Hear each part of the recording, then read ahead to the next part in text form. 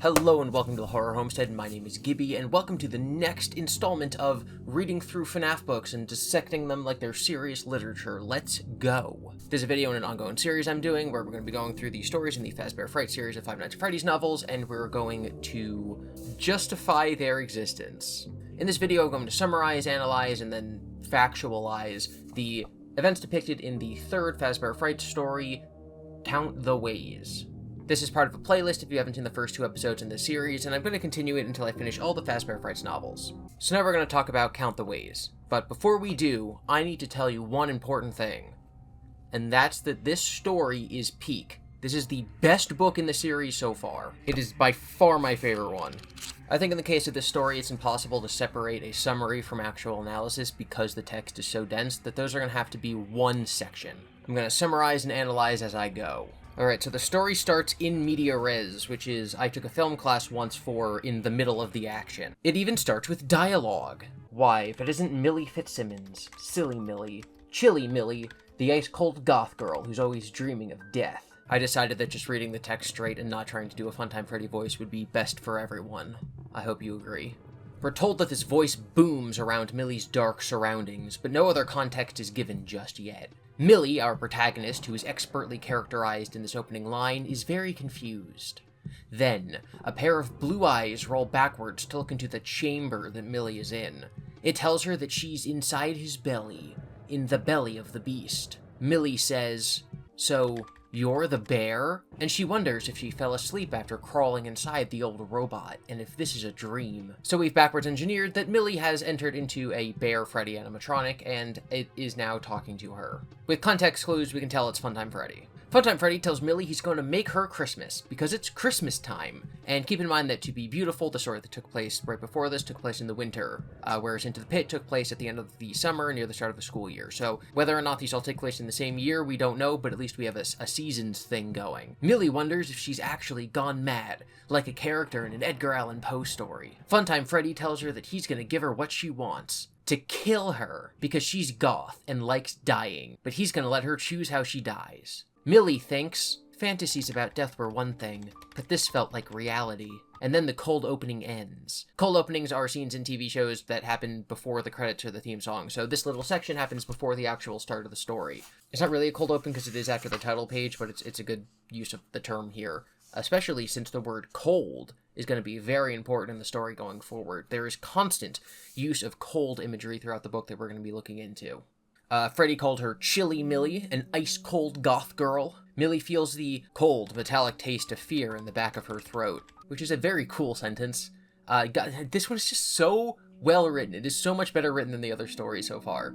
So we're going to be on the lookout in the book for any more cold imagery. We also need to note whenever cold might be analogous with fear, because in that quote we just read, cold was the feeling of fear in Millie's throat. So we're going to look anytime that coldness is mentioned and substitute it with fear and see if it still makes sense, and see if that might actually give us more insight into what's actually going on. So if cold means scared, for example, then Chilly Millie, the ice-cold goth girl, would be frightened Millie, the scared goth girl, right? Which obviously fits with the circumstance of her crawling inside of a big robot bear and then its eyes rolling into the back of its head to look at her.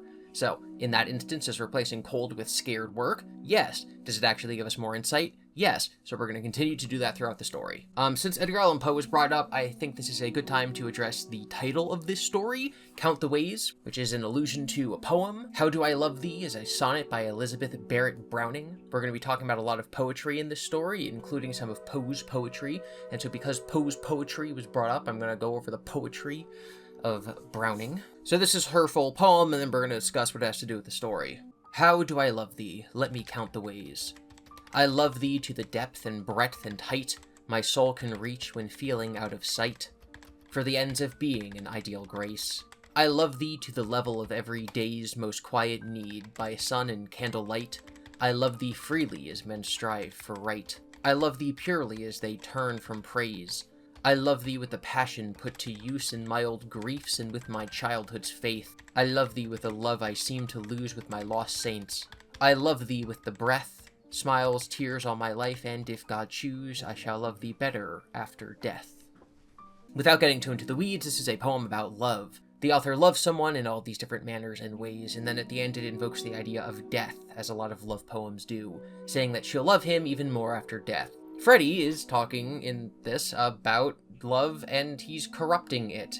Let me count the ways I'm going to kill you. He's going to list off the ways he can kill her. He's going to make this love poem about death, which is, of course, what a goth girl would want. This becomes the focus of the story. Millie, as a young teen goth girl, figuring out what she wants and who she is, and how it leads to the scenario of her being inside Funtime Freddy. I think the best thing a poetry teacher ever told me was that all poems are ultimately about two things, either love or loss, and that because eventually we will always lose what we love, ultimately all poems are about loss. And so with that in mind, both How Do I Love Thee and also Five Nights at Freddy's Count the Ways, both of them are ultimately about loss. The original poem is about loss, and then this corruption by Funtime Freddy about Millie dying is about loss. Both of them exist in the tradition of poetry being about love and loss. Funtime Freddy doesn't recite a poem per se, but I think it's apt to say that a goth girl choosing how she dies is poetic. It rhymes with how she lived. Just the concept of this story so far, I think, is really, really good, and I love that as a title. Okay, enough yapping. Let's actually start the story. After we get this cold opening, we get a background into Millie's life. Millie hates her name, thinking it might fit a dog or a cat, but not a person. This is obviously nonsense. Millie joined Sarah from To Be Beautiful and having some self-image problems. Millie does actually have a cat named Annabelle Lee, after the beautiful dead girl in the Edgar Allan Poe poem, which makes it pretty clear that she named the cat herself. Okay, so now we have a second time that I'm going to be reading a poem while summarizing this story. Let's go. Annabelle Lee by Edgar Allan Poe. It was many and many a year ago in a kingdom by the sea, that a maiden there lived whom you may know by the name of Annabelle Lee. And this maiden she lived with no other thought than to love and be loved by me.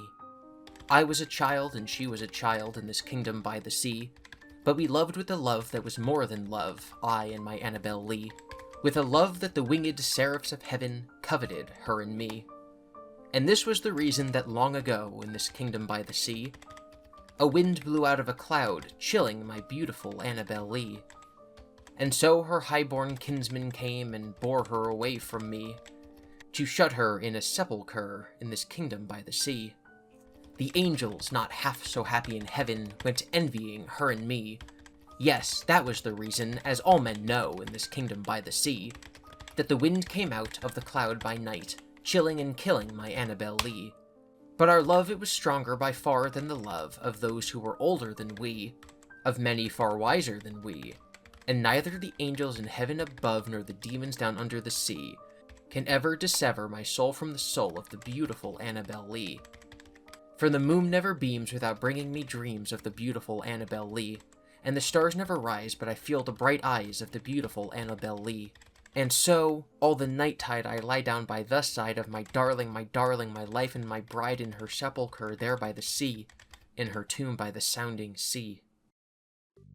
Gotta be honest, I tear up every time I read that. I'm gonna break it down because the themes and stuff later are gonna be very important, but the plot important detail is that the speaker, who we can call Poe, is deeply in love with Annabelle Lee, and she dies of an illness that he thinks is because the angels are jealous of their love. The poem makes it clear so that you, the reader, understand that this is absurd and delusional. It is absurd how many times Poe brings up how older people just don't understand their love. I think it's extremely accurate as a depiction of teenage love and how it seems like no one understands love the way that you do. But the poem wants you to understand and realize that that is how the speaker feels and not what is literally true. And the ending, where Poe spends his nights lying by her grave, is not supposed to be hauntingly beautiful, it is supposed to be absolutely bonkers.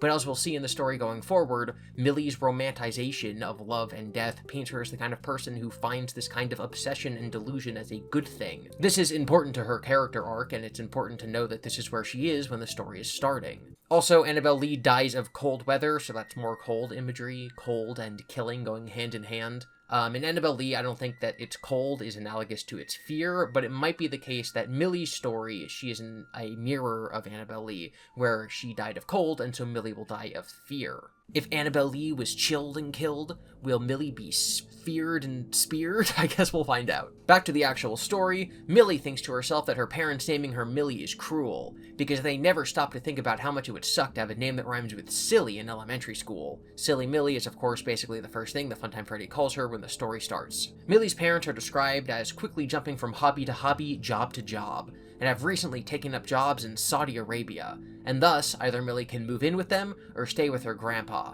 Millie describes her grandpa as kooky.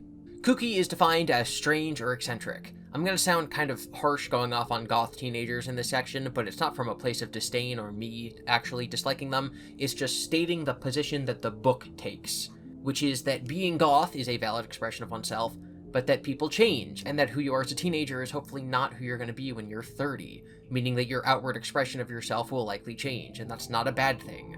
It doesn't mean that being goth is just a phase, and that there's something wrong with that. It just means that anything you are when you're 14 is a phase. When you're a teenager, you feel emotions more strongly than you will at other stages in your life. The people around you are all changing at different rates, and you're undergoing rapid development as well. It's tumultuous and confusing, and thus lifestyles that reflect your hyper emotions and feelings of being closed off from other people and being a loner, or the idea that your life is the most powerful love or whatever, is only something that can be maintained during that time in your life. Because as you get older, you will literally mellow out, because the people around you will have their development equal yours. You'll end up feeling less isolated. Again, I don't want to imply that I look down on goth or emo people at all. I'm just trying to discuss that from the perspective of this story, Millie is supposed to be being painted as somebody who is immature, and whose immaturity is the cause of her gothness. So by describing her grandpa as kooky, it shows a lack of introspection, as Millie doesn't realize that being goth is also very kooky. Kooky could also be a reference to the Addams Family, which would also fit the goth aesthetic that the story is going for. While thinking about whether to go to Saudi Arabia with her parents or not, or to stay with her grandpa, Millie describes her predicament as a lose-lose situation. This entire story, as we know, is obviously about a lose-lose situation where Millie is picking how she's going to die. Grandpa's house is really old, and Millie finds comfort in the idea that it's basically guaranteed that someone's died there. With that, she says that she's scared of the old dolls in her grandpa's house that he collects, so death, good and not scary. Old dolls, definitely scary. Also, Grandpa collects old things. This will become important very shortly. Millie has a poster of her favorite singer, Kurt Carrion, on the wall, depicting the album art for his album Rigor Mortis. Kurt Carrion is a fictional singer, and while it does not appear that the music genre is actually similar, I think it's possible that he might get his first name from Kurt Cobain, even though they have different spellings. Carrion means meat, specifically in the context of the type of rotting meat that a vulture would eat. Millie goes and has dinner with Grandpa, who insists that she get some iron in her diet because she's so pale. I like being pale. Millie wore a sheer light powder to make her face look even paler in contrast to the black eyeliner and black clothing she favored. He hands her meatloaf and she reminds him, "You know I don't eat meat, Grandpa." Meat was gross, and also murder. Based! Millie's love of a singer who drenches himself in fake blood named Carrion, and her obsession with death to the point where she's delighted by the idea of a person dying in her bedroom, seems sort of in contrast to thinking meat is murder, but I don't know, I'm not a goth girl. Grandpa seems frustrated by Millie refusing all of his food, and a stern conversation breaks out. "I'm trying to be nice and figure out what you like. I want you to be happy here." Millie pushed her plate away. "It's a waste of energy to try to make me happy. I'm not a happy person. And you know what? I'm glad I'm not happy. Happy people are just lying to themselves." "Well, if there's nothing in store for you but misery, I guess you might as well go get started on your homework," Grandpa said, and ate his last bite of mashed potatoes. Millie rolled her eyes and flounced out of the room. Homework was misery. School was misery. Her whole life was a misery. Isn't that a good thing? She says she's glad she's not happy, but then the thought of her life being misery makes her upset. I'm confused, not by the writing, but by the character.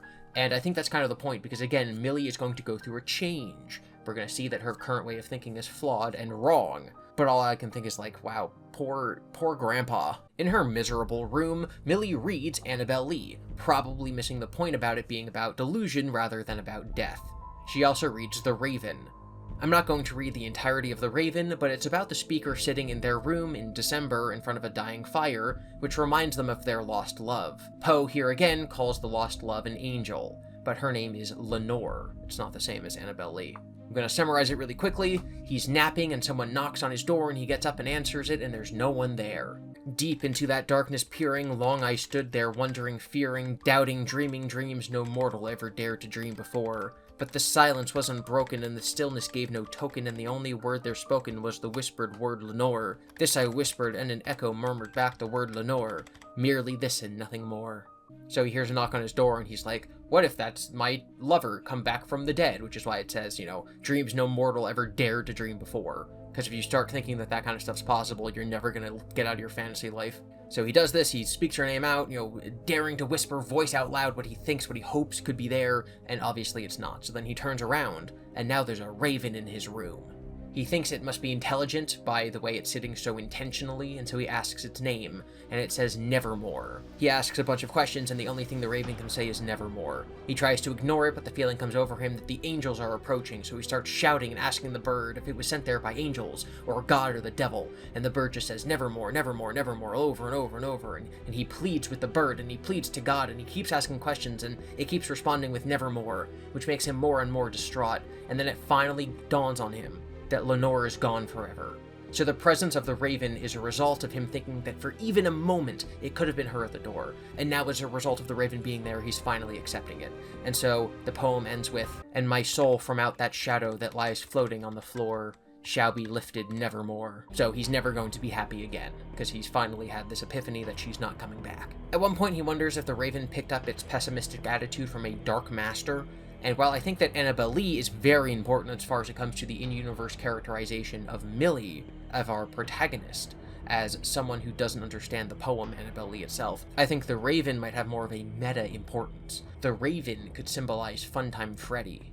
Cut it, clip it, put that in the out of context GiBi quote compilation. Millie then reads a poem by Emily Dickinson, but the book doesn't name it. From context clues, you can figure out that it's Because I Could Not Stop for Death, because Millie describes the poem as, the poem talked about death as a guy picking up a girl for a date with death. And either I have the wrong Emily Dickinson poem, or that is an unhinged interpretation of a poem that's about a woman suddenly dying, being picked up by death, and then it taking a while for her to realize that she's stuck with death forever because it's eternal. The poem ends with the haunting stanza, Since then 'tis centuries and yet feel shorter than the day, I first surmised the horses' heads were toward eternity. Eternity is so long that centuries feel like a day, and then it keeps going on forever. Something, death is a permanent solution to a temporary problem. But once again, this is a poem about death being bad. And only an exaggeratedly wrong teenage goth girl in a middle grade chapter book could read this and think of death as a handsome, black-cloaked stranger, choosing her as the one he would take away from the boredom and misery of everyday life.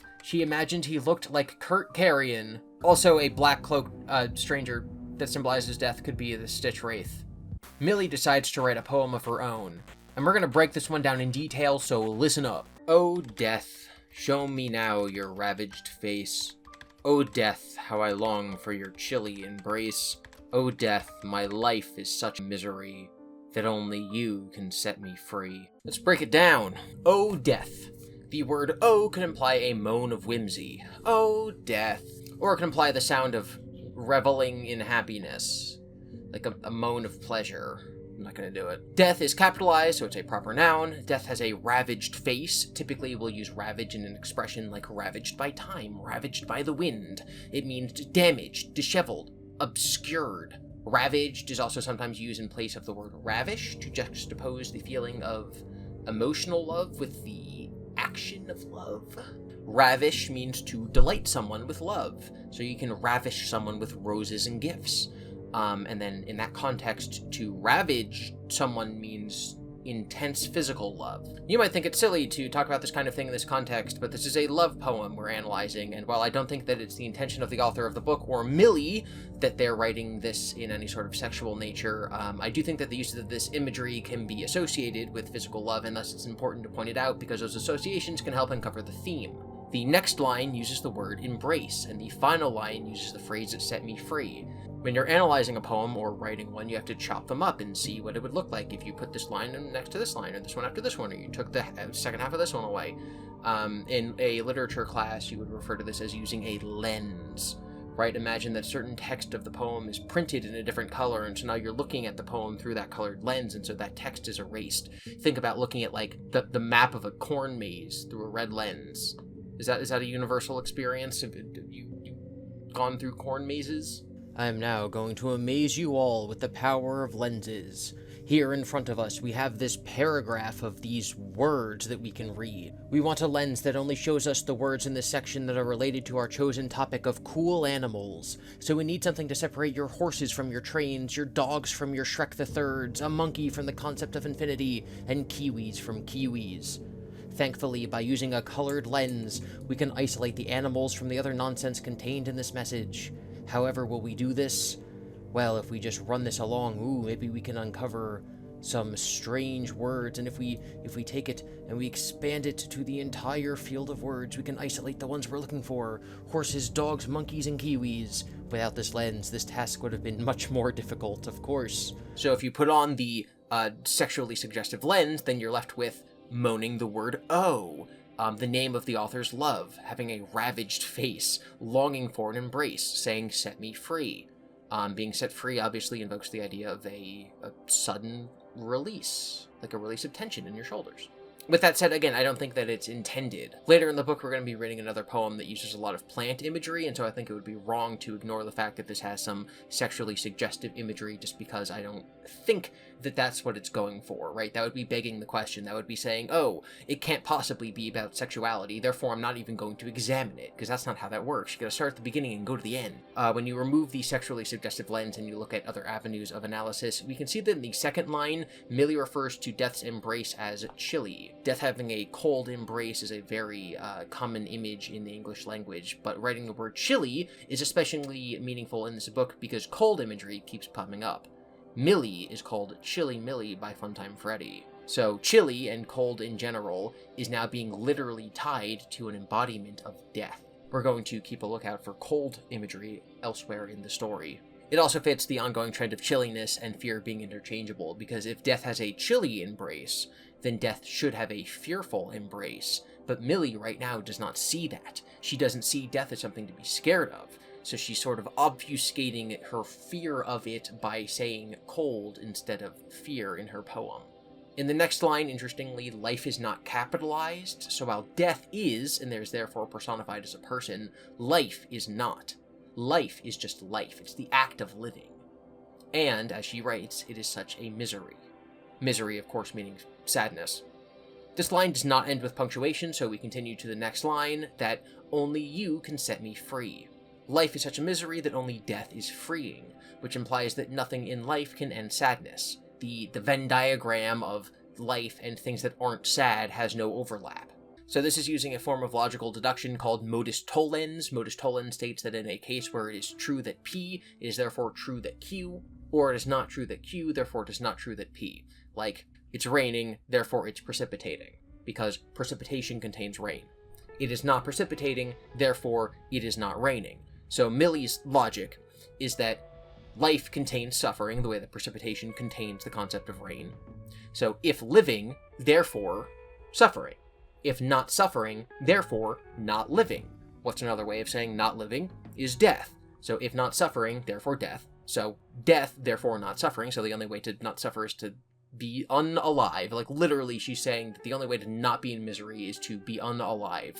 This is obviously wrong for multiple reasons, so I'm now going to compare this narrative to the narrative in the poem Annabel Lee. In Annabel Lee, we get the perspective of the poet, who states with such assuredness that his love is greater than all others, and that his actions are sane, but no one else understands love. And this is to such an unhinged degree that we, the reader, know that the actual purpose of the poem is to show how insane he is, that he sleeps at her tomb. He gives her death a wild purpose, saying that it happens because the angels are so jealous of their intense love. His lover couldn't just catch an illness, it must be because the gods themselves are jealous. Likewise, in the story, in Count the Ways, we get the perspective of Millie, who states that life is such a misery to such an unhinged degree that we should know that the actual purpose of the story is showing how wrong she is. And if you don't have a doubt that that's what's intended, the end of the story will spell it out for us. So now we have an insight into Millie's mindset. We know that she misunderstands these old deep poems, we know that she's now written her own, completely missing the point, and now we're going to move on to page 9 of this story. The book really wants us to see that Millie does not think rationally. She has to start doing algebra homework, and algebra and logic are basically the exact same thing, so her disdain for algebra might also be a disdain for the logic, which is point out that she's not acting rationally, whatever. So she thinks to herself, what use was algebra in the face of human beings' inevitable mortality? None. And then decides to do the homework anyway, because if she doesn't, she's not going to get good grades and she won't get her allowance, and if she doesn't get her allowance, she won't be able to buy jewelry. Well, none. Except that if she didn't pass all her classes, her parents would cut off the allowance that her grandpa doled out to her every week, and she was saving up for more jet mourning jewelry. Millie, what good is money and jewelry in the face of human beings' inevitable mortality? I only emphasize my frustration because it makes the climax of the story a lot better, and also I want to indicate to you guys who've been paying attention to the previous Fazbear Frights stories that Millie is such a more complex and well-rounded character than Oswald and Sarah were. Like, the fact that I have these strong opinions about Millie is a good thing. Millie's grandfather brings her cookies, and she says she's not a little kid anymore whose love can be bought with cookies. He leaves them and says he's gonna go putter around in his workshop. And then he leaves, and then she devours the cookies because she was lying. She was putting up a front of apathy and cool coyness, but she wants the cookies anyway, because it's literally all a facade. Hard cut back to Funtime Freddy trying to kill Millie.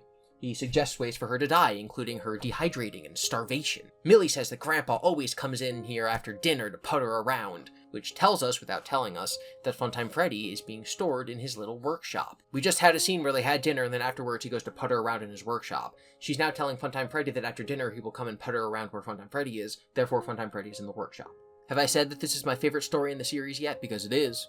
Funtime Freddy tells her that he is soundproof. This is interesting because a baby is not soundproof. At the very least, baby can hear the stuff going on inside of her hatch, because she says that old Elizabeth Acton was screaming and then stopped screaming. Funtime Freddy refers to death as glamorous and romantic, and Millie asks if he's making fun of her. He says, not at all, my dear.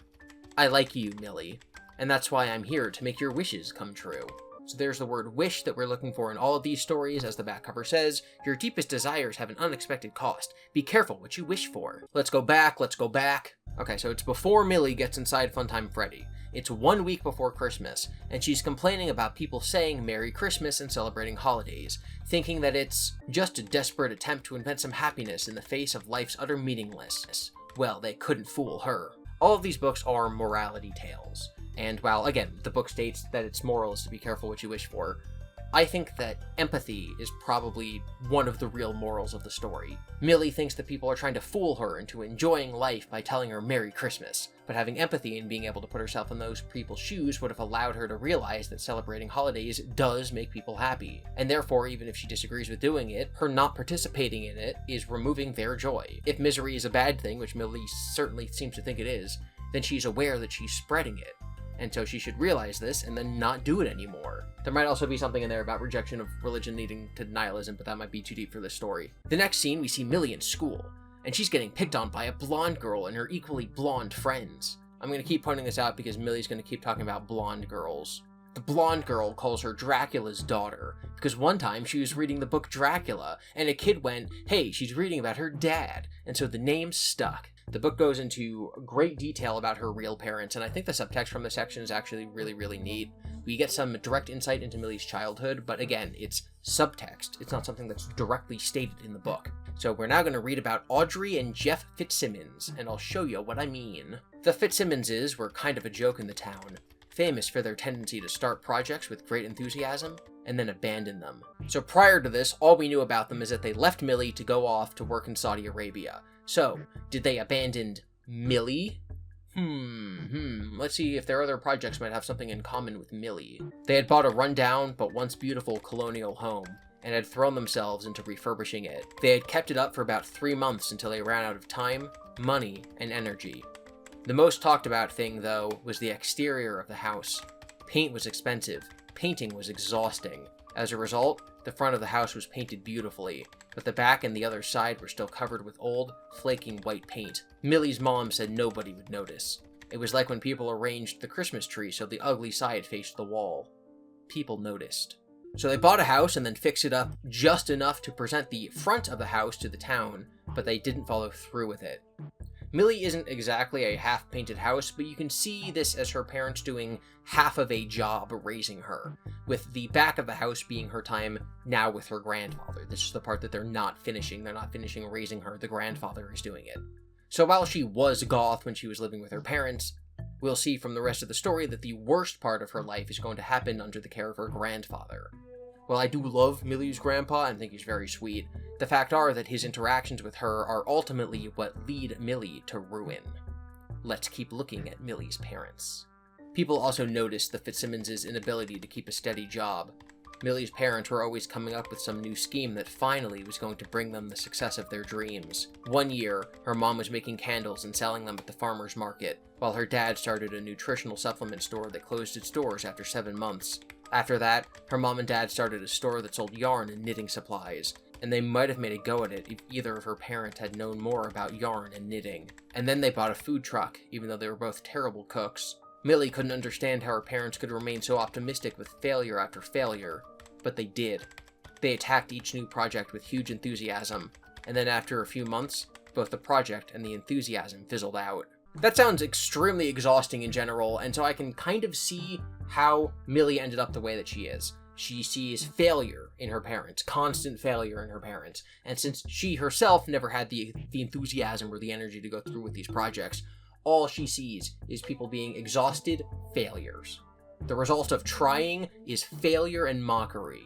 This naturally would lead to her develop a personality revolving around how nothing matters, everything is bad, everyone else is dumb, and only she can see through it. So, Dracula's daughter, or Jeff and Audrey Fitzsimmons' daughter? Either one was a one-way ticket to being a social outcast. This brings to mind the choice that Funtime Freddy is giving Millie. Basically, it's a bad outcome no matter what, so why does it matter? This is obviously supposed to drive home to Millie that circumstances like this do matter. Millie will end up choosing one of Funtime Freddy's options, because even though it's bad, she thinks it'll give her the best chance to survive. This should teach her that in life we're all dealt bad hands, and it seems like our choices don't matter, but in reality, your choice on how you handle those situations is all that matters. Millie can choose between Dracula's daughter or Jeff and Audrey's daughter, and that choice would impact everything she ever does. I think that's a much bigger moral of the story than be careful what you wish for is. Honestly, something simple as subtext in these stories really gets me excited because, like, they're books for children, and I am not a children. So being able to point and go, like, the book is saying something other than the literal intention of the words is very rare and enjoyable. One of my favorite things about To Be Beautiful is that the text was obviously biased from Sarah's perspective, and so you couldn't trust the narrator. And I think that this section shows that the same is true of Millie. She starts to think about how her best friend from middle school, Hannah, and how they drifted apart and now Hannah hangs out with the popular girls, but Millie thinks they don't treat her right. What Millie understood, but Hannah did not, was that those girls never accepted Hannah as more than a hanger-on. Hannah lived in a plain little house in a plain little neighborhood and didn't have the money or social status to make the cut. The popular girls didn't push her away, but they never let her into their inner circle either. It made Millie sad that Hannah preferred to accept crumbs from the popular girls rather than real friendship from her. We'll see later that Millie's understanding of popular girls is complete nonsense, so this raises the question of what Millie offered to Hannah as a friend. Because Millie just calls people stupid and judges them based on their appearance. Is that real friendship? She notes that Hannah lives in a plain house and that the popular girls look down on her for this, which is, again, only Millie's perception. Because, like, Millie doesn't live in a plain house. We've just been told for like 7 paragraphs that she has a very, very unique house. Does this gain her favorability from the popular girls? Because it obviously doesn't.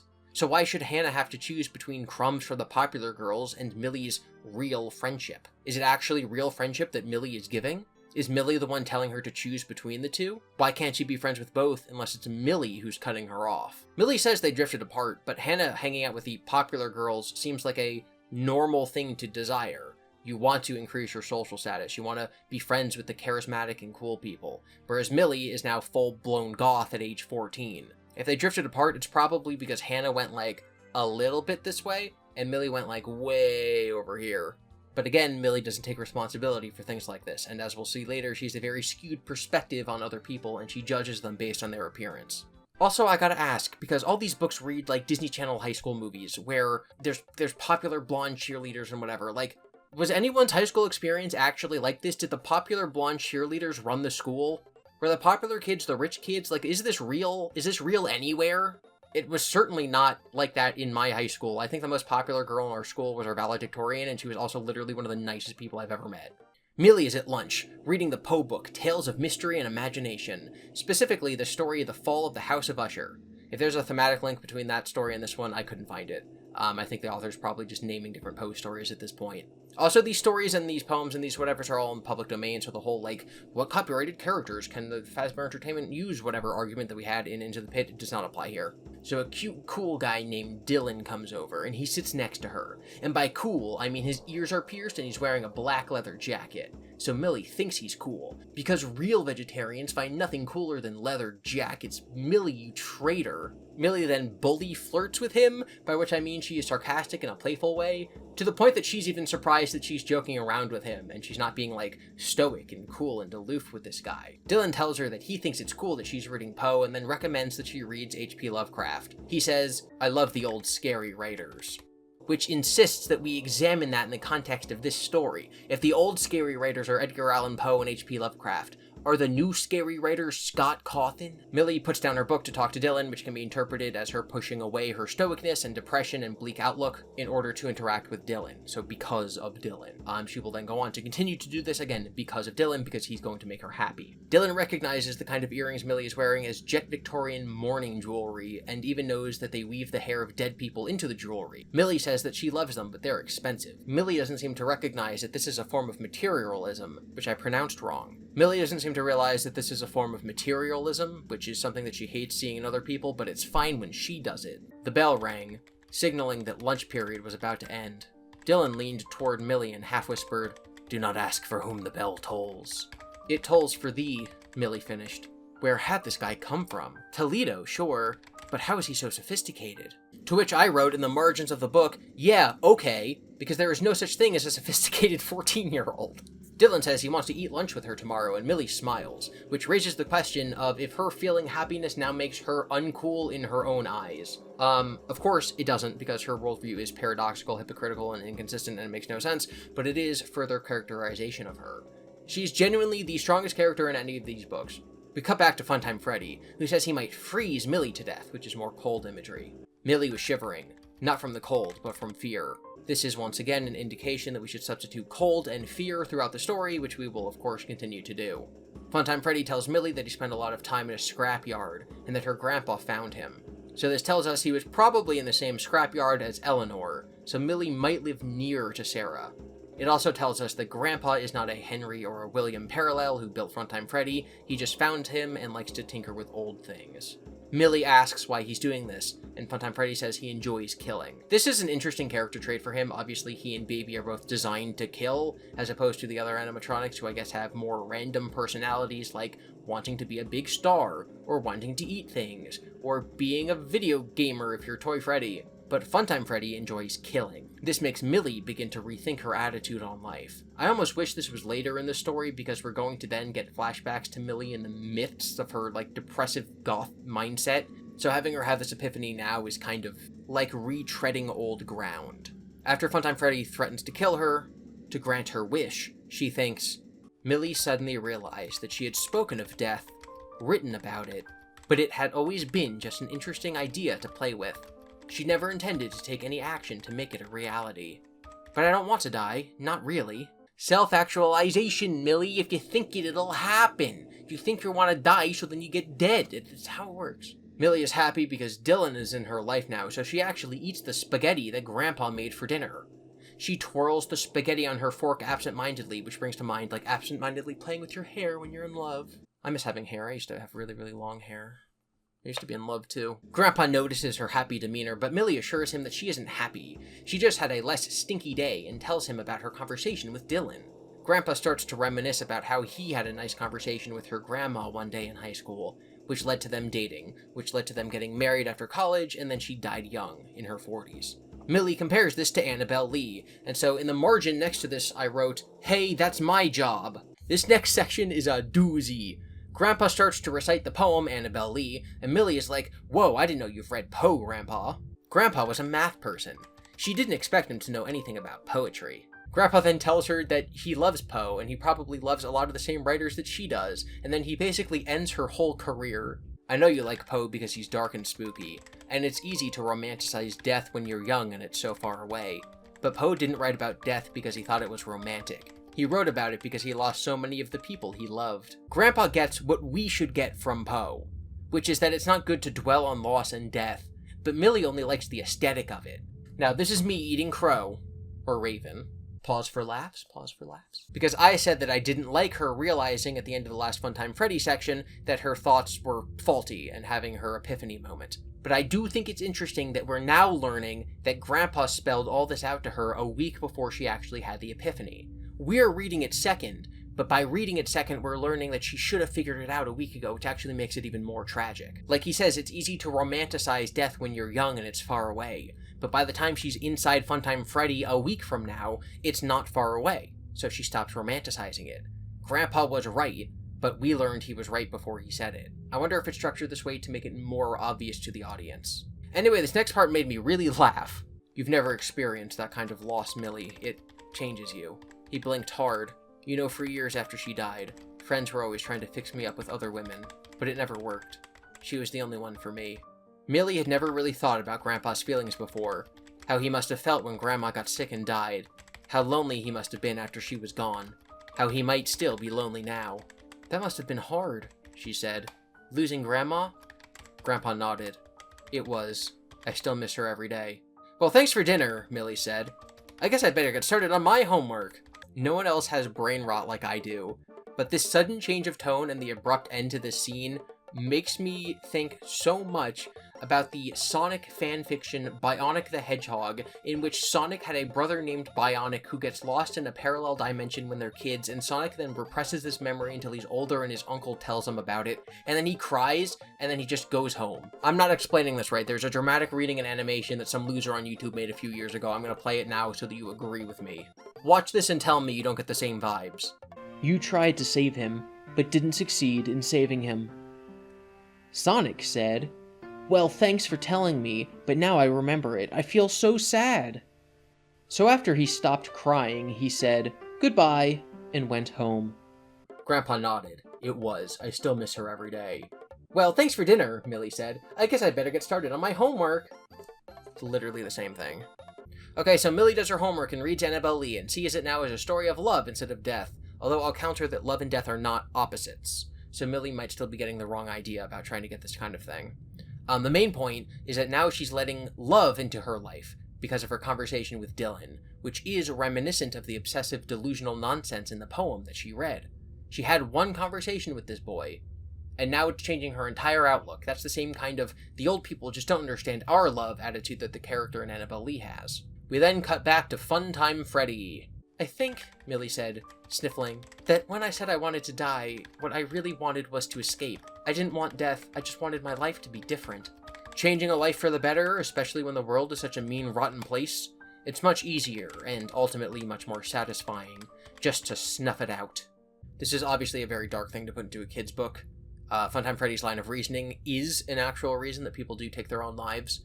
I think it takes a lot of faith that their young readers will understand that Funtime Freddy is wrong and that what he's saying isn't what you should think, and that Millie's epiphany is the moral. That should be obvious, but I also know a lot of adults who will watch a piece of children's media and come away with the wrong moral. Like if you're watching the children's movie, Star Wars Episode 8, and you think that the moral intended by the writer is to let the past die and kill it if you have to, even though it's the villain of the movie who says that.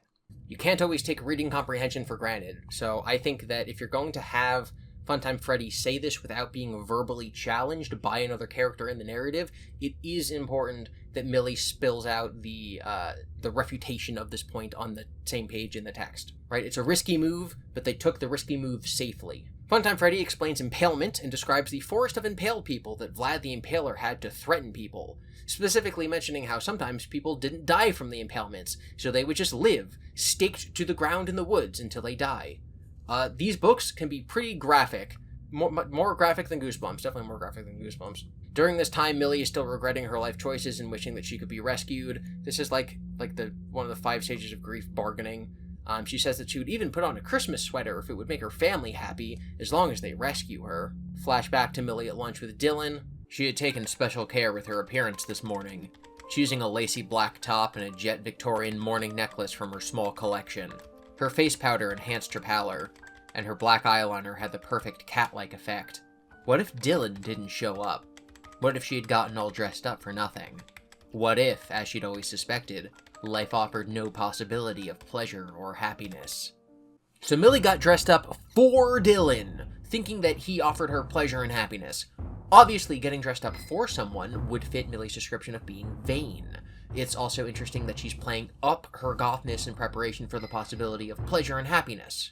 She thinks, again, what if, as she'd always suspected, life offered no possibility of pleasure or happiness, meaning that this is let's categorize it as like a goth thought.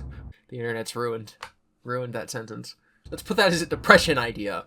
So she thinks this, and now this is being challenged. So the logical conclusion would be that she's wrong, and life does contain happiness. And if that's true, then her previous other notions are wrong. If wrong, then wrong. And yet, despite her being open to the idea that she's wrong, which should then theoretically throw away an entire outlook that she has on reality, she actually dresses more goth, in this case we'll say depressed, than usual. This plays into the idea of Millie not understanding what she actually believes. She's sort of wearing gothness as an aesthetic instead of actually imbibing the idea of the aesthetic. She's wearing it right now to please Dylan so that she can be happy later. She's not doing it for herself. She's not expressing herself, she's doing it because she thinks it makes her cool, while claiming to not care what other people think is cool. It's hypocrisy. It's not real gothness.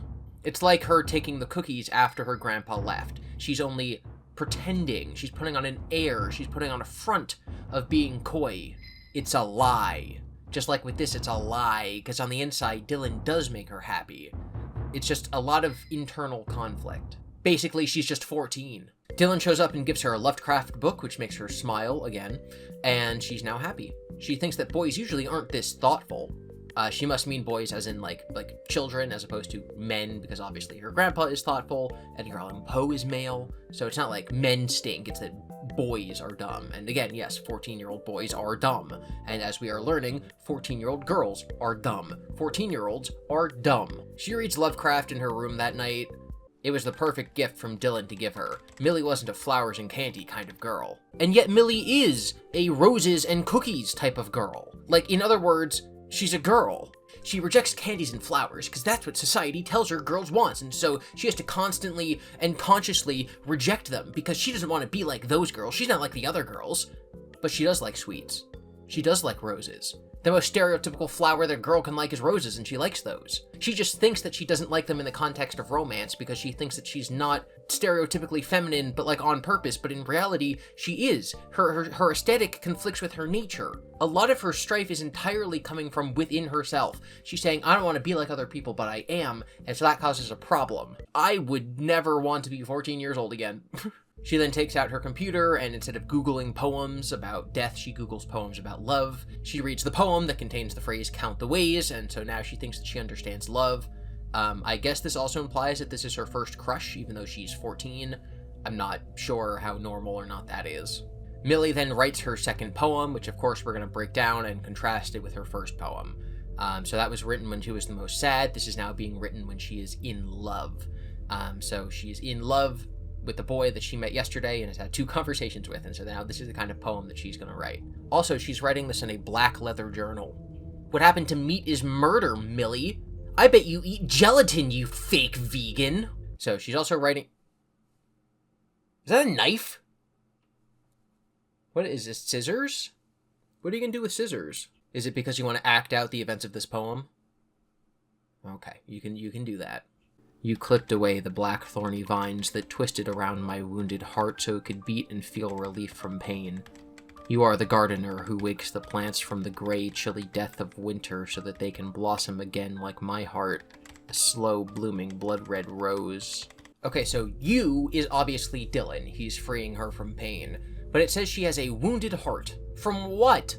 We haven't learned of a tragic backstory for Millie. Except that her friend and her slowly grew apart and her parents are a little wonky.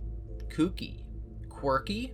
A little quirky at night? So what wounded your heart, Millie? What are these black thorns stopping you from growing?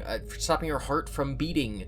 Like, what is stopping you from living your life without pain? Dylan wakes the plants from the gray, chilly death of winter. If chilly means fear, then he's waking the plants from their fearful existence, so he's giving them optimism and hope, etc. Although it kind of conflicts with the imagery of the thorny vines, because vine is a vine is a plant.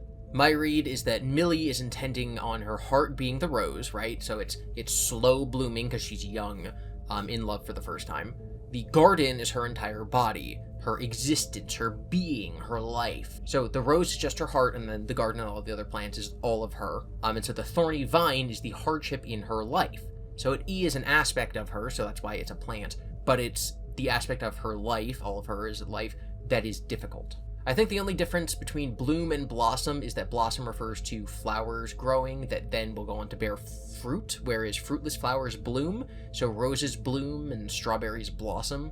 So her life, which it says blossoms, her life is being fixed so it can bear fruit, but her heart is just a rose. So the rose has to bloom first so that the garden will blossom, like the heart, but the heart is a rose. So if love comes first, then as the love grows, the garden will bear fruit, and so love comes before happiness and fulfillment and success, etc. that Dylan is bringing her, Dylan being the garden.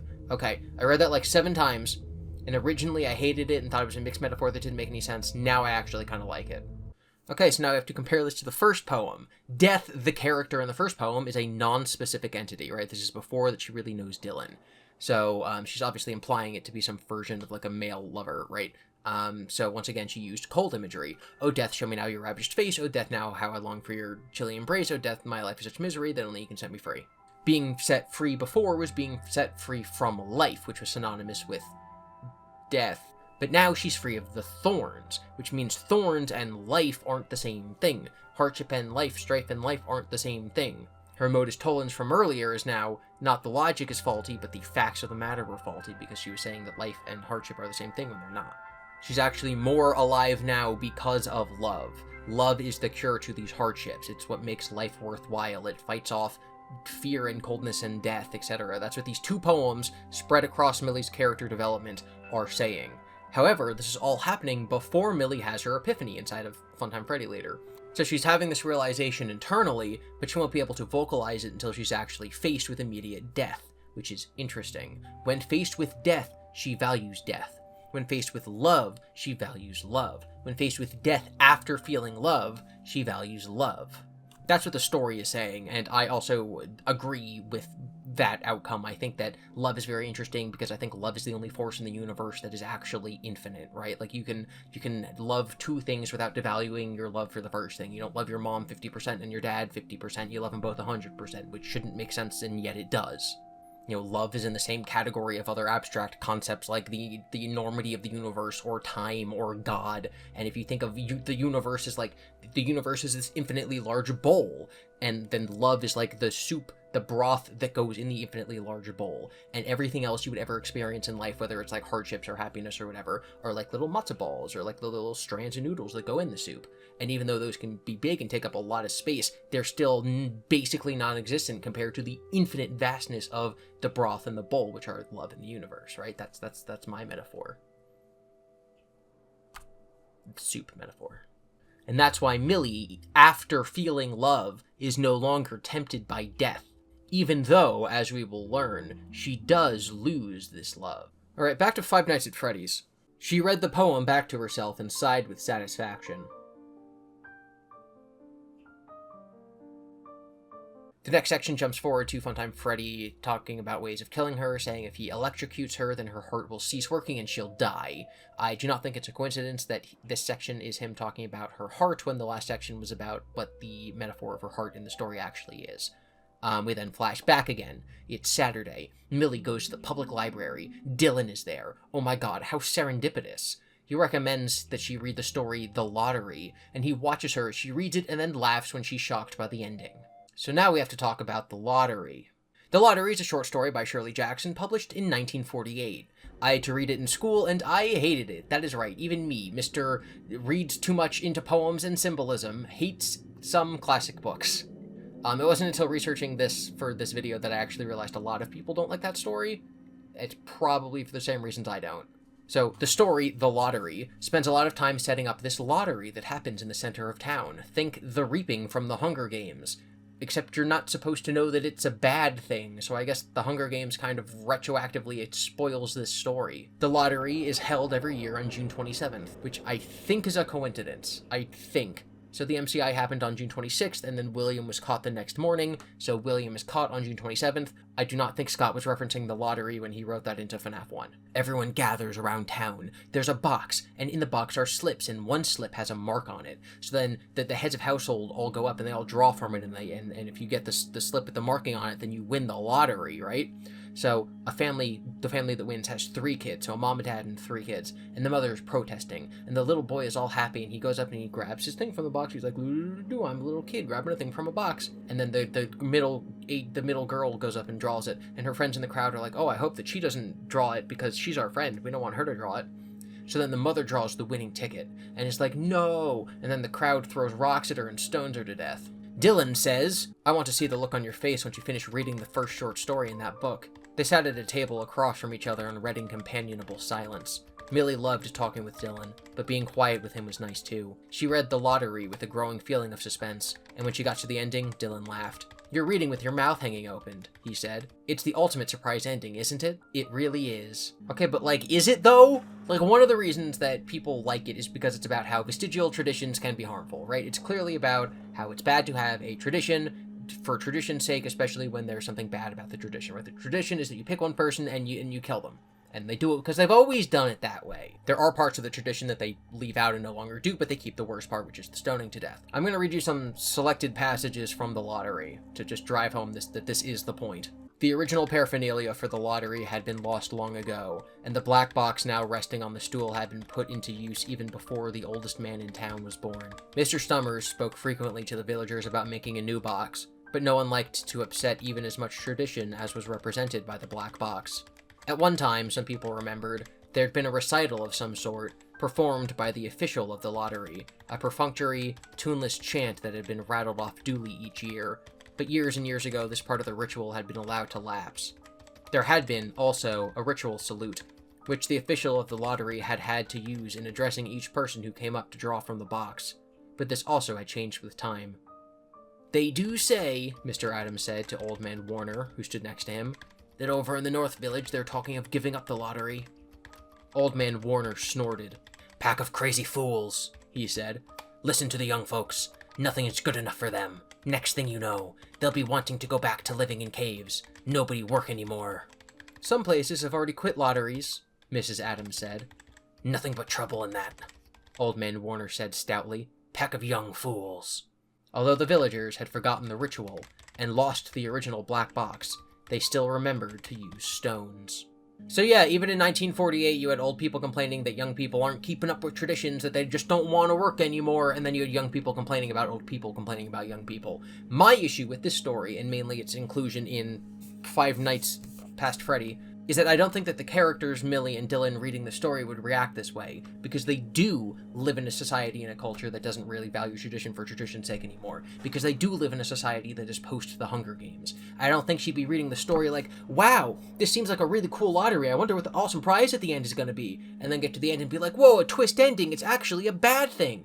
No one's going to think that. No, a teenage goth girl in the 2010s is not going to be thinking that, especially if she's primed knowing it's a horror story. I do not think it's the ultimate twist ending. Millie and Dylan go for tea at a cafe, and then they talk at lunch every day, and now Christmas is around the corner. There's a bazaar or a town sale happening in the school on the weekend, and Millie does not want to go because it's dumb, and she hates Christmas. But Grandpa does want to go, and Millie agrees because maybe Dylan will be there. Also, it's the 2010s, and they never exchange phone numbers or text or anything. Okay. Anyway, here's where we hit what I'm going to consider the point of no return for Millie's folly. Here's where she goes wrong in her own personal life the most. It's this moment. She couldn't believe she'd agreed to attend such a lame event, but maybe Dylan would be there, under duress like her, and they could make fun of it together. Why would Dylan be there under duress, Millie? Yeah, he has a dark aesthetic, but he's never come off as depressed like you. It's said that he has a good family. He has confidence that you only pretend to have. To be fair, Millie does actually gain confidence and joke around him, but arguably, Dylan therefore doesn't know the real Millie. He only knows this front that she puts on to impress him. So Millie has invented a version of herself to project to Dylan, which then has attracted Dylan toward her, and has invented a version of Dylan in her mind that is nothing like the real Dylan. I wonder if this is gonna blow up in her face. She found him in the second floor hallway, but not in the way she wanted to. Dylan was standing in front of a booth selling reindeer Christmas ornaments made out of candy canes, but he wasn't alone. He was with Brooke Harrison, a blandly pretty blonde girl who was in Millie's US government class. Dylan and Brooke were holding hands and laughing about some private joke in a very couple-ish way. Millie bit her lip to keep from gasping, turned around, and ran through the hall and down the stairs.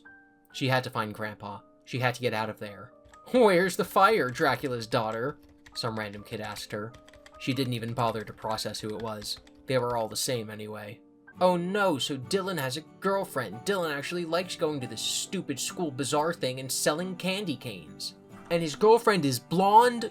Ew, gross! See, this goes back to the example I had of Disney Channel movies where like the blonde girls and the pretty girls or whatever, like the mean girls. Millie thinks that that's literally true. Millie is getting her understanding of culture from the type of Disney Channel slop that would teach you that.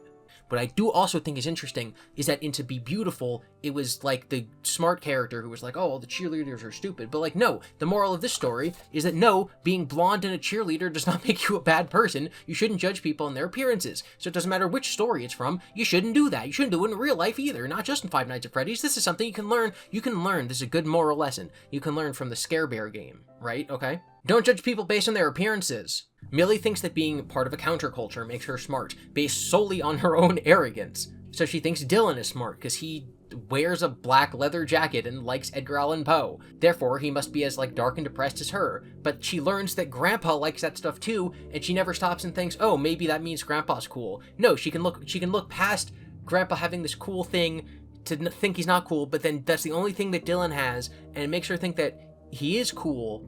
Like, it doesn't make sense, and I know it's not supposed to make sense. It's just frustrating. Again, I'm frustrated by Millie the character, which is why I say this book is written well. Like, she literally said Dylan is smart and sophisticated. Therefore, he must be as, like, dark and depressed as her and hate everyone else just like her. But he's not. He, like Grandpa, is a normal human being who happened to like, you know, Edgar Allan Poe and horror stories and Lovecraft. This will be stated explicitly in about 5 minutes.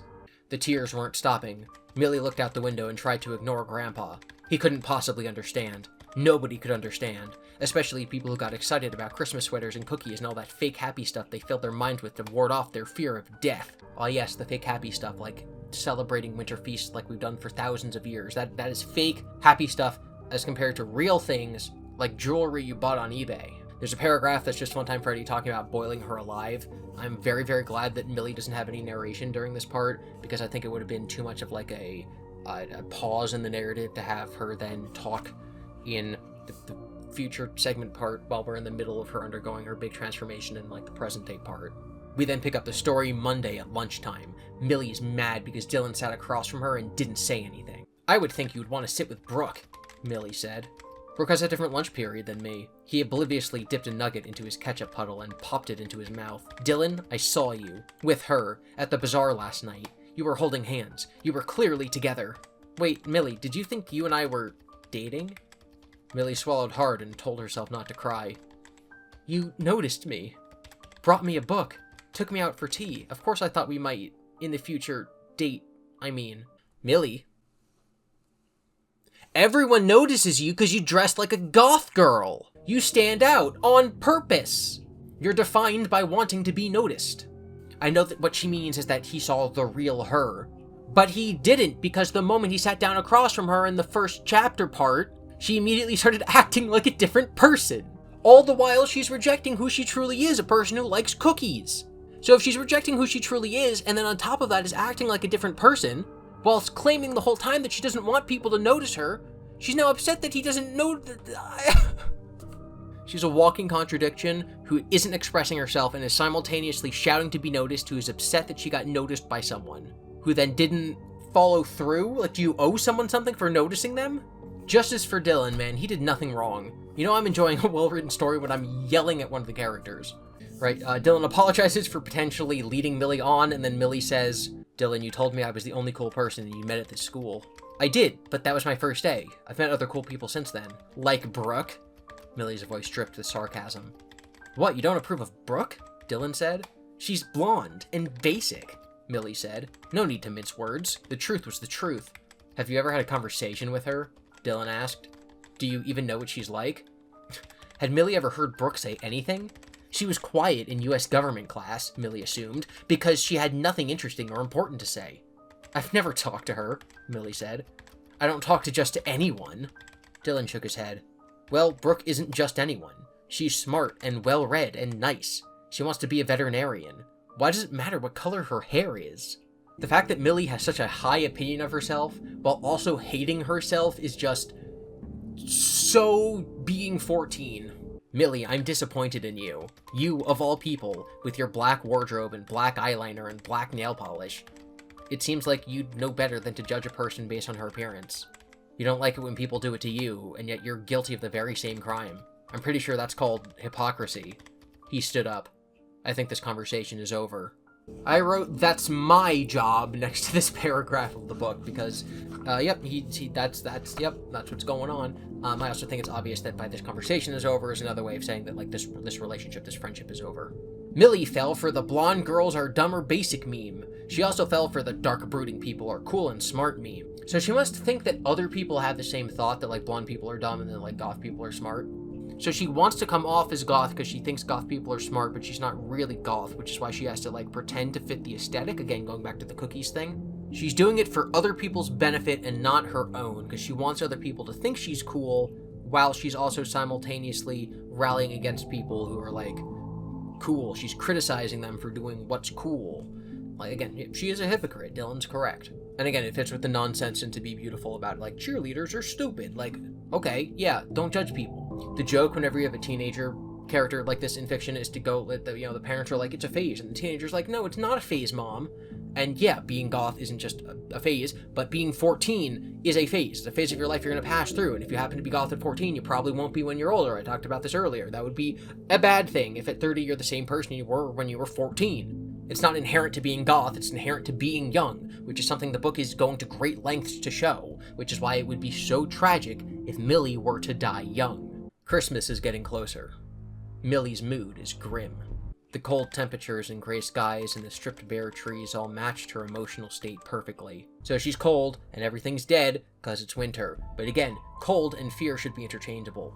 She just said that people only do silly stuff like celebrate Christmas because they're trying to ward off the fear of dying. So the coldness of winter is akin to the fear of death, and so the solution should be to celebrate Christmas. Not literally, but like, celebrate a holiday with your family. Like, that should be the solution to the problem. She should have put all these pieces together to realize that, like, celebrating the holiday conquers the fear of death. Fear of death is coldness. It is cold outside. She is like the outside. She is cold. She is fearful. So the solution is to celebrate the holidays, right? Like, at this point in the story, that's a line of logic that you could follow. And obviously it's very metaphorical, but as we will see shortly, it's also very literal. And we'll see what her options are. This is laid out to the reader by Millie in the book. She's just not the one to put it together all in one place. Not yet. I've been meaning to tell you, I'm not celebrating Christmas this year. Grandpa's face fell. Not celebrating Christmas, but why ever not? Millie felt nauseous at the thought of all that false cheer. Millie is sad. Even the weekly Skype calls she's apparently been having with her parents can't cheer her up. So now she's eating lunch alone. She thinks about how Dylan chose to sit next to her on the first day and thought she was cool. Now he sat at the table with those guys who never talked about anything but fantasy role-playing games. Oh yeah, the cool kids. Dylan is a great judge of sitting next to the cool kids at lunch. He went from Millie to the D&D nerds. Millie talked about how her parents' absence make her feel sad in this passage. The next session, Funtime Freddy talks about decapitating her, including how that's traditionally done in Saudi Arabia, which is where her parents are, and so she wishes that her parents were there to protect her. Something, parental absence leads to bad decisions in teenagers, something. Now it's Christmas. Grandpa is singing Silver Bells and White Christmas. I looked at other literary references in this story, so I guess I'm going to have to deep dive into these songs now. That's a joke. I'm just going to shallow dive into the songs. I'm sure you know the lyrics to White Christmas and Silver Bells, but Grandpa singing them specifically after Millie yelled at him is meaningful, because they include the lyrics, children laughing, people passing, meeting smile after smile. And White Christmas has, may your days be merry and bright, and the children listen. So he's wishing that she would listen and be happy and not be stubborn. Her uncle and her aunt and cousins come over for Christmas dinner. This page is full of lovely Millie nonsense, like her uncle cracks a joke at her attire and asks if she's going to a funeral. And she's like, I'd rather be listening to funeral music instead of Winter Wonderland, even though funeral music that we typically think of is Christian in nature, and it is Christmas that she's rejecting. Later on in the same page, she's mad at her stupid cousins because they're excited for opening presents, and Millie says, our culture is already too materialistic. Why do you want more stuff? Christmas presents from your loving family that symbolize the love you have for one another and celebration of said love during the darkest time of the year is stupid and only serves material consumerism. Not like me, who is rejecting family and is only made happy by buying expensive jewelry on eBay. She stomps outside to go for a walk to calm down and is mad at all the houses that have extra cars in their driveway, because she's aware that it means that they're all celebrating Christmas. They're all phonies and just tricking themselves and whatever. She's gone into the cold. She's entered into the fear, and everyone else is warm inside their homes together. Together, and not afraid. Presents and eggnog and hypocrisy. Well, Millie was different, and she wasn't going to participate. Hypocrisy, she thought again. And this time the word stung her. Dylan had said she was a hypocrite because she judged Brooke by her appearance. But boys, even boys who seemed cool like Dylan, were fooled by appearances. If a conventionally pretty blonde girl paid any attention to them, they'd think she was a saint and a genius rolled into one. No way was Millie a hypocrite. She was a truth teller, and if some people couldn't handle the truth, that was their problem. So this is her opportunity now to change as a result of the consequences that she's faced for her actions. Ideally, this is when she would reject the flaws of her past self and accept this criticism and then go back inside. The book states she was feeling pretty cold, but there was no way she was going back in the house yet. Again, the cold is fear, the cold is death, the celebration inside wards it away, and she is rejecting that call. But she thinks there's another solution. An idea popped into her head. Grandpa's workshop had a little space heater he always kept running. It could keep her toasty warm while she waited out the party. Inside, she finds Funtime Freddy. She hears her cousins play outside in the backyard, and is worried that they'll find her. Most fiction tell similar archetypal stories, where at the end, the villain is always given a choice to redeem themselves or not. Sometimes they do, sometimes they don't, but it's always important that they have that moment. Darth Vader, at the last second, makes the right choice when he's given this option. Lord Voldemort in Harry Potter does not. They make opposite choices, but it's very important to the themes of the stories that Harry Potter gives Voldemort the opportunity to redeem himself. He tells him to surrender. He says, try for a little remorse, Riddle. And of course he doesn't. So Millie is now here at her final choice. The cousins playing outside, or the literal belly of the beast entering into Funtime Freddy. This is when she makes that choice. She couldn't let them find her. They'd go tell the adults. And then she'd be dragged back into the house and sentenced to mandatory celebration. Millie found herself staring at the old animatronic bear, not just as a curiosity now, but as a potential solution to her problem. She opened the door to the mechanical bear's body cavity, crawled inside, and shut the door behind her. Darkness enveloped her. Ah, pain! Pain! As the reader, we obviously know that this is the choice that she makes that's going to lead to her death, because she's the one making the choice now, but we already know the future a little bit. I love how it said, how the text calls this a solution to her problem, because we, the reader, already know it's not. She will regret this decision. I've seen other people reacting to this story, and they're like, oh, it's so silly that she crawls into the big scary animatronic bear, but like, no, it's not. She sees it as a haven away from the fear that she has, as an alternate solution to the one that society has agreed upon. She wears gothness as a costume, but doesn't really understand it, and rejects normalcy as a principle, so when given the choice to do something that she would enjoy, talking to her parents inside, food and warmth, etc., and any other option, she goes with the other option because she believes that she's defined herself as rejecting normalcy. This book has characterized Millie so well that at this moment, she can't do anything besides enter into the bear. It makes perfect sense. The bear could be the devil in a Faustian tale, or it could be the concept of suicide, again, a permanent solution to a temporary problem. And she makes her final permanent choice inside the bear, which is why we now catch up to the cold open. There's actually a short scene here where we cut to Grandpa inside with the rest of the family worrying about Millie and having Christmas dinner. It's just there to make us sad, to show us what Millie chose not doing. Funtime Freddy then gives Millie a lot of choices about how he's going to kill her, and she eventually chooses decapitation. He's going to take a sharp piece of metal and shove it into his chest cavity, and she's thinking that because he's going to be aiming high for her head, if she ducks at the last second he'll miss. He'll then have the metal injected into him and she can crawl out and run away. Why had she ever wished for death? No matter how hard life could be, How depressing or disappointing she wanted to live. Ding ding ding, there's the moral, yay! Although I would argue again that there's more stuff in there about like being youthful and empathetic and not judging others, etc. This next line is what I think the book should actually be focusing on is the moral. It says, she wanted the chance to apologize to Dylan for what she'd said about Brooke, and to ask if they could be friends again. But I feel like the author is kind of forced to make the moral be careful what you wish for because it kind of joins the three stories together in this physical book. Millicent Fitzsimmons, you are hereby sentenced to die for crimes of humanity. Wait, Millie said. What does that mean, crimes of humanity?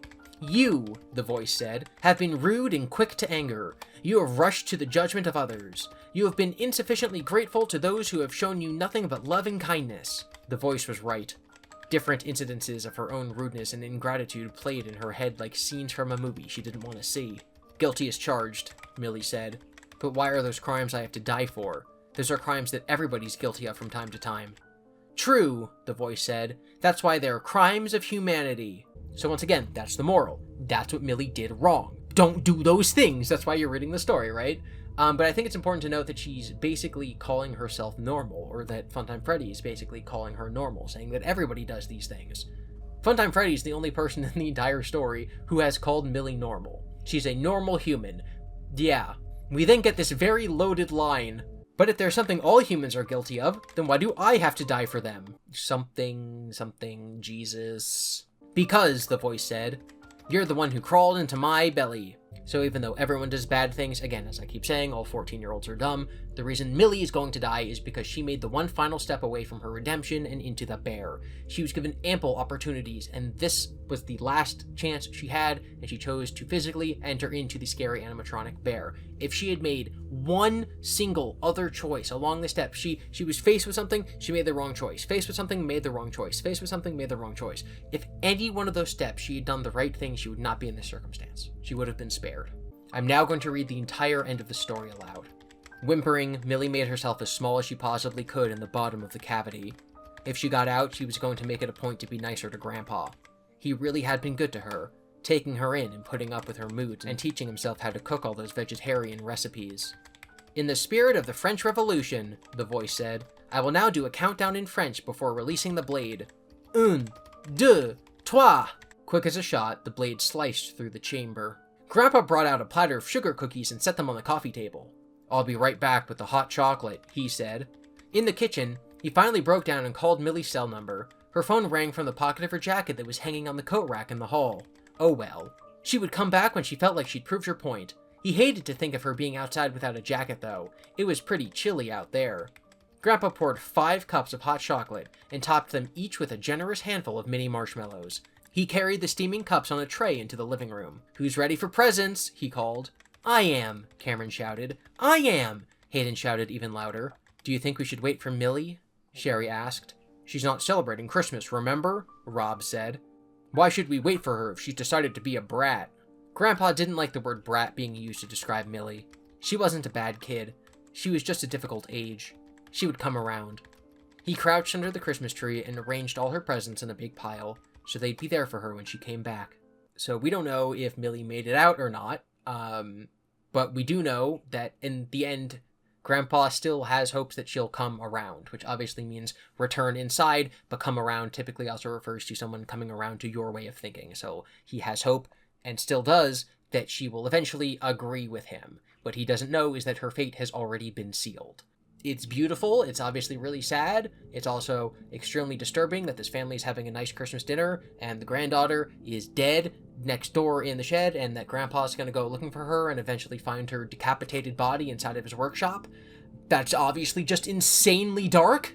I love the story, it's the best one in this book by a mile, and it's made even better by the ending. And by the ending, I do not mean the ending actually in this story, I mean Millie's ending as a character in Fazbear Frights. Right now, we don't know if Millie survives, but by the end of the series, we will, because this is not the last time we will see Millie.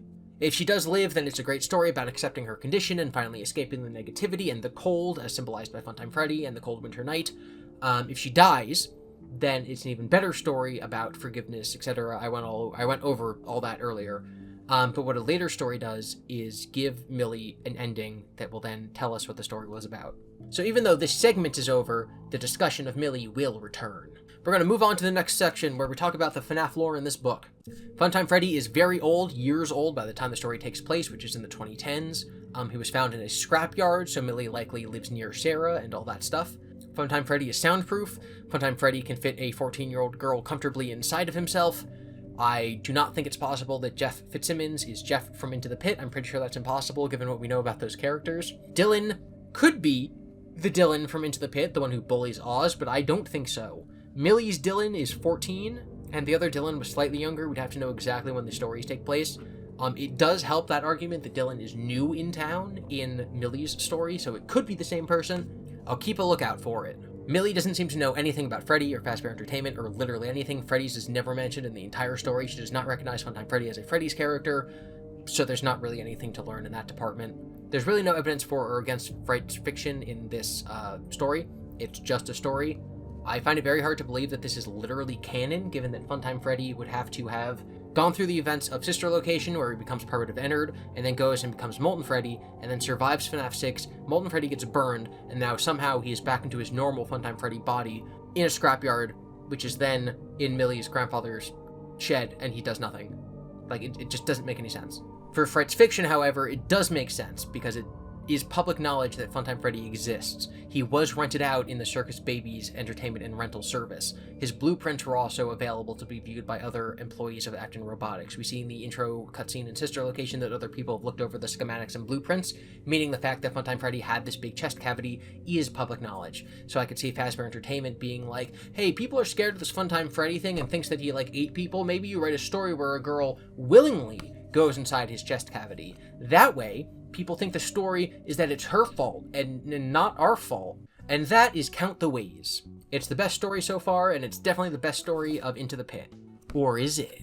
Next time, we're going to be going over the Stitch Wraith Stinger, and I'll be issuing corrections on these first 3 episodes so far. Thank you for watching. Be sure to be nice to each other in the comments. Consider supporting the creators you admire. Never lose sight of the things that are important to you. I'm going to try to get these episodes out every Sunday. So it's just like a nice, relaxing Sunday book time with Freddy every week. I hope you've been enjoying them so far. If you want to support my channel, I have a link to my Patreon in the description. I also have a merch store that's linked below. You can buy my shirt about the scary, funny Scare Bear game. And obviously, liking, subscribing, commenting, all that stuff is the best thing you can do for a video on YouTube, besides sharing. Sharing is caring. And remember that Freddy stands for friendly, respectful engagement, discussion, and discourse yields success.